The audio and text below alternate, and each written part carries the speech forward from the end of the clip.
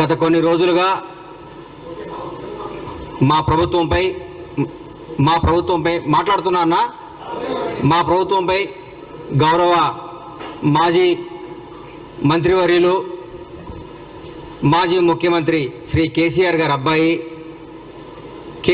అబ్బాయి అని ఎందుకు అంటున్నానంటే ఆయన వాళ్ళ నాన్న పేరు చెప్పుకొని రాజకీయాల్లోకి వచ్చారు కాబట్టి తండ్రి పేరుని అడ్డం పెట్టుకొని అమెరికాలో నుంచి వచ్చి మా నాన్న రాజకీయాలు చేస్తున్నాడు కాబట్టి నేను కూడా చేస్తాను మా నాన్నదని తీసుకొని వాళ్ళ నాన్నగారిని వారసత్వాన్ని పుచ్చుకొని రాజకీయాలు చేస్తున్నాడు కాబట్టి కేసీఆర్ గారి అబ్బాయిగానే మేము చూస్తాం ఆయన్ని.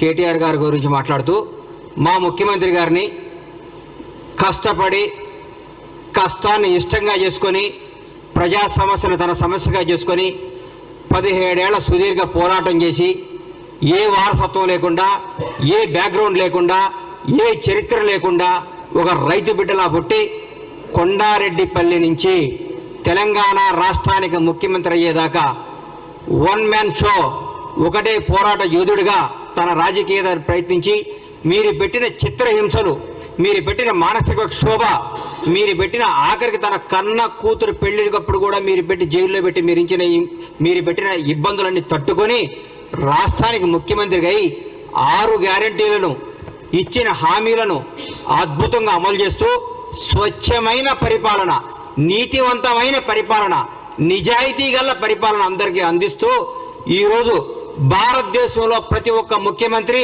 మన ముఖ్యమంత్రి వైపు చూస్తూ రేవంత్ రెడ్డి గారు అద్భుతంగా చేస్తున్నాడు, తెలంగాణ రాష్ట్రంలో పరిపాలన బ్రహ్మాండంగా జరుగుతుంది, నీతివంతమైన పరిపాలన జరుగుతుంది చెప్పుకునే స్థాయికి తీసుకొచ్చినట్టు 2.5 నెలలు 3 నెలలు కూడా కాలేదు. ఈ ప్రభుత్వంలో తట్టుకోలేక బాధపడుతూ కేటీఆర్ గారి చుట్టూ ఏముంటుందంటే మన చుట్టూ వైఫై ఉన్నట్టు ఆయన చుట్టూ విపరీతంగా ఈగో ఉంటుంది. ఆ ఈగో తెంచుకోవాలంటే కొంచెం కష్టం.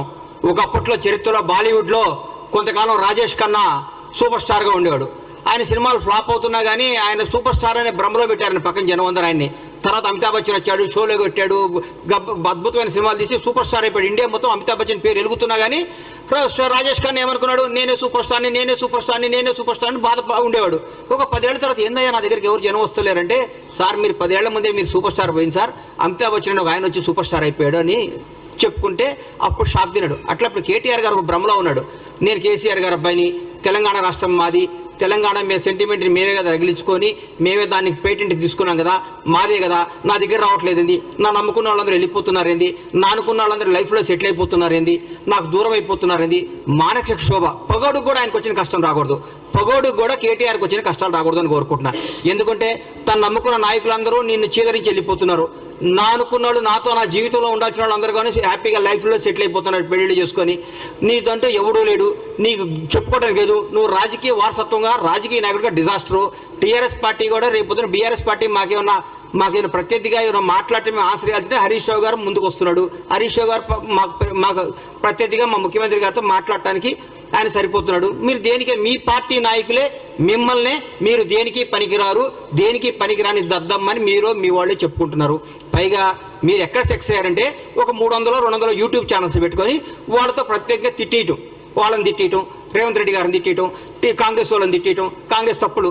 మీ దగ్గర మీ మున్సిపల్ మంత్రిగా ఉన్న మీ ఆధీనంలో 1, 2, 3, 5వ స్థాయిలో ఉన్న బాలకృష్ణ అనేవాడిని పట్టుకుంటేనే 1000 కోట్లు 2000 కోట్లు దొరికినాయి.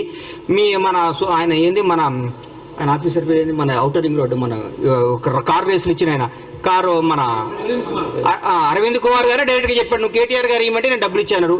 మీరు రాబోయే రోజుల్లో ఇంకా ఇంకా ఇంకా ఇంకా ఇంకా కష్టాలు తెచ్చుకొని మీరు చేసిన పాపాలు కడుక్కోవటమే మీ జీవితం స్మాష్ అయిపోయింది. ఈరోజు రాజకీయంగా మీరు భూస్థాపితం అయిపోయారు. మీకు ఎప్పుడు రేపు పార్లమెంట్ ఎలక్షన్ వరకు మీరు ఒక్క దగ్గర కూడా పోటీ చేసే అర్హత లేదు. మీరు ఫోన్ చేస్తే క్యాండిడేట్లు పారిపోతున్నారు. ఒక 17 స్థానాలకు ఒక్కొక్క పేర్లు చెప్పండి సార్ మీరు పోటీ చేసేవాళ్ళు. మా కాంగ్రెస్ పార్టీకి ఒక్కొక్క స్థానం నుంచి 100 మంది సీట్ల కోసం పోటీ చేస్తున్నారు, 100 మంది సీట్ల కోసం ట్రై చేస్తున్నారు. అది ఈరోజు మాకున్న పార్టీ, మాకున్న పరిపాలన. పైగా మీరు గొప్ప మాట అన్నారు, మాకు 6 గ్యారెంటీ లేదు మా గవర్నమెంట్, 7 గ్యారెంటీలు ఇచ్చింది. 7వ గ్యారెంటీ ఏందో చెప్తా, స్వేచ్ఛ, నిజాయితీగా మాట్లాడుకో, ఎవడైనా స్వేచ్ఛగా మాట్లాడుకోవచ్చు. ఇది మహాత్మా గాంధీ ఇచ్చిన ఫ్రీడమ్ ఆఫ్ ఇండియా, స్వేచ్ఛ, ఇండిపెండెన్స్ లో మేము మాట్లాడుతున్నామని చెప్తున్నాం మీకు. జవహర్లాల్ నెహ్రూ బలపరిచిన పార్లమెంటరీ డెమోక్రసీలో ఉన్నాం మనం. సర్దార్ వల్లభాయ్ పటేల్ సృష్టించిన సోవియట్ రిపబ్లిక్ అనే పదాన్ని మేము గౌరవిస్తాం. అందరికంటే డాక్టర్ బిఆర్ అంబేద్కర్ రాసిన రాజ్యాంగం మీద మా గౌరవం. అదే మీ గవర్నమెంట్లో, మీ దొరల ప్రభుత్వంలో ఒక ముఖ్యమంత్రిని, ఒక మాజీ ఎమ్మెల్యే చెప్పు తీసుకొని చూపిస్తే వాడిని మీరు ఏం చేసేవాళ్ళు? ఇప్పటికల్లా ఏం చేసేవాళ్ళు సార్? మీరు మీ గుండె మీద టీఆర్ఎస్ నాయకులందరినీ, బీఆర్ఎస్ నాయకులందరినీ, మిమ్మల్ని ముఖ్యంగా కేటీఆర్ని అడుగుతున్నా, మీ ప్రభుత్వంలో మీరు ముఖ్యమంత్రిగా ఉన్నప్పుడు, మీ నాన్నగారు ముఖ్యమంత్రిగా ఉన్నప్పుడు ఒక ప్రతిపక్ష ఎమ్మెల్యే చెప్పు తీసుకొని ఒక ముఖ్యమంత్రిని చూపిస్తే మీరు ఏమైనా మాట్లాడేవాళ్ళు? ఏం చేసేవాళ్ళు? ఎన్కౌంటర్ చేయించేవాళ్ళు, మీరు రాళ్లతో కొట్టించేవాళ్ళు. మీరు మేము ఈ అన్నింటినీ గౌరవిస్తాం. మహాత్మా గాంధీ రాసిన స్వేచ్ఛ, ఇండిపెండెన్స్ గౌరవిస్తాం.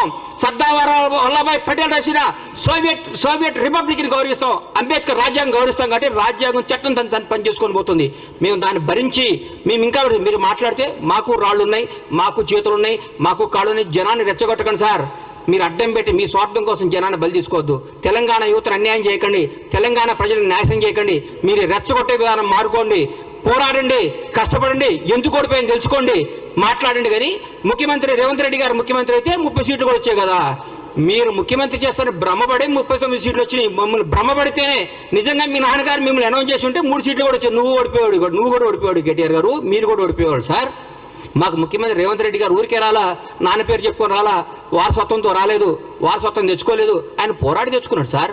ఆయన రాజ్యాంగ కాంగ్రెస్ పార్టీలో ఒక అభ్యర్థి 2 స్థానాల్లో పోటీ చేయడం మీరు విన్నారా?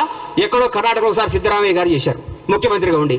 ఈరోజు తెలంగాణ రాష్ట్రంలో నాకు తెలిసి తెలంగాణ రాష్ట్రంలో ఒక పిసిసి ప్రెసిడెంట్ 2 స్థానాల్లో పోటీ చేస్తే ఆయన ముఖ్యమంత్రి కాబట్టి వేరే వాడు అవుతాడు కదా. 4 కోట్ల 5 కోట్ల ఈ 4 కోట్ల తెలంగాణ ప్రజలకు తెలిసి నిజం మీకు తెలవలేదంటే మీరు మానసికంగా ఎంత వెనకబడిపోయి ఉన్నారో నాకు అర్థమవుతుంది. తెలంగాణ ప్రజలు ఎవరు గెలిచినా టీఆర్ఎస్ పార్టీ గెలిస్తే కేటీఆర్ ముఖ్యమంత్రి అయితే అనేవాడు కాబట్టి మీరు ఓడిపోయారు. మీరు టీఆర్ఎస్ పార్టీ గెలిస్తే కేటీఆర్ ముఖ్యమంత్రి అయితే మానసికంగా సాక్షాత్తు భారత ప్రధాని నరేంద్ర మోడీ గారే చెప్పిన అందరికి వచ్చి మీ నాన్నగారు మిమ్మల్ని ముఖ్యమంత్రి చేస్తాను అడిగిందని. ఎలక్షన్ మనకు గెలిచింటే మిమ్మల్ని ముఖ్యమంత్రి చేసేవాడు కాబట్టి జనాన్ని మిమ్మల్ని తిరస్కరించారు. మాకు రేవంత్ రెడ్డి గారు ముఖ్యమంత్రి అవుతాడని ఆయన పీసీసీ పగ్గాలు చేపట్టినప్పుడే పీసీసీ ఆయన చేసుకున్న పోరాట పథకం చేస్తున్నాడే ఆయన అధిక ఎలక్షన్ పోయినప్పుడు మాకు రేవంత్ రెడ్డి గారు ముఖ్యమంత్రి అవుతాడు. తెలంగాణ ప్రజలందరికీ క్లారిటీ ఉంది. మీరు దయచేసి చెప్తున్నా, మీకు దయచేసి చెప్తున్నా, ఇకనన్నా మీరు మీ వాస్తవాలు తెలుసుకోండి. మీరు తీసేసిన తహసీల్దారు, మీరు రిటైర్డ్ అయిపోయారు, మీరు రాజకీయంగా పనికిరారు, మీరు రాజకీయంగా వేస్ట్. మీరు మన అసెంబ్లీలో కూడా మీరు కామ్గా కూర్చొని హరీష్ రావు గారు మాట్లాడారు, మా వాళ్ళు సమాధానం చెప్పారు. మీరు దేనికి పనికిరారు, మీరు అమెరికాలో ఇల్లు కొనుక్కోవడానికి వెళ్ళొచ్చారు, మంచిగా సెటిల్ అవ్వండి, బాగుండండి. మీరు చేసిన తప్పులంటికి ఆన్సర్ ఇవ్వండి. తప్పులు చేస్తే చట్టం తన పని తను చేసుకోబోతుంది. మీ దగ్గర పనిచేసిన వాళ్ళే వచ్చి అప్రూవల్గా మారి బాబు మాకేం సంబంధం లేదు, కేటీఆర్ గారు చేయమంటే మేము తప్పులు చేసాం, మాకేం సంబంధం లేదని చెప్తున్నారు. అందరినీ లెక్కలతో తీసి మీ అందరికీ అప్పచెప్తాడు. ఇది తెలంగాణ ప్రజల సొమ్ము, ఇది తెలంగాణ ప్రజల ఆస్తి. దీన్ని ఎవరు దోసుకున్నా ఊరుకోరు, ఎవరు దోసుకున్నా ఒప్పుకోరు. చట్టం తన పని తను చేసుకోబోతుంది. దయచేసి మీ అందరికీ చెప్పేది ఏంటంటే కేటీఆర్ గారు దయచేసి మా ప్రభుత్వం చేస్తున్న పనులు మెచ్చుకోండి. మీరు మెచ్చుకోకపోయినా చూసి ఆనందించండి. అయ్యో మేము ఎందుకు చేయలేదా అని అనండి. మీరు గ్యారెంటీలు చేయలేరు అన్నారు, చేశారు కదా. 2 గ్యారెంటీలు అయిపోయినాయి, వచ్చి 2 రోజులు 2 గ్యారెంటీలు అయిపోయి 4 అయిపోయినాయి. ఆ 2 గ్యారెంటీ కూడా చేస్తారు. 2 రోజులు, 1 వారంలో నెలలోనూ చేసేస్తారు. ఇచ్చిన ప్రతి హామీని నిలబెట్టుకునే ప్రభుత్వం కాంగ్రెస్ ప్రభుత్వం. రేవంత్ రెడ్డి గారు బ్రహ్మాండంగా చేస్తున్నారు. దయచేసి మెచ్చుకొని మమ్మల్ని చూసి ఈర్ష్యపడకుండా అయ్యో నెక్స్ట్ భగవంతుడి వల్ల మేము అధికారంలోకి వస్తే 10 ఏళ్ల తర్వాత మేము ఇట్లా చేయాలని ఆలోచించండి.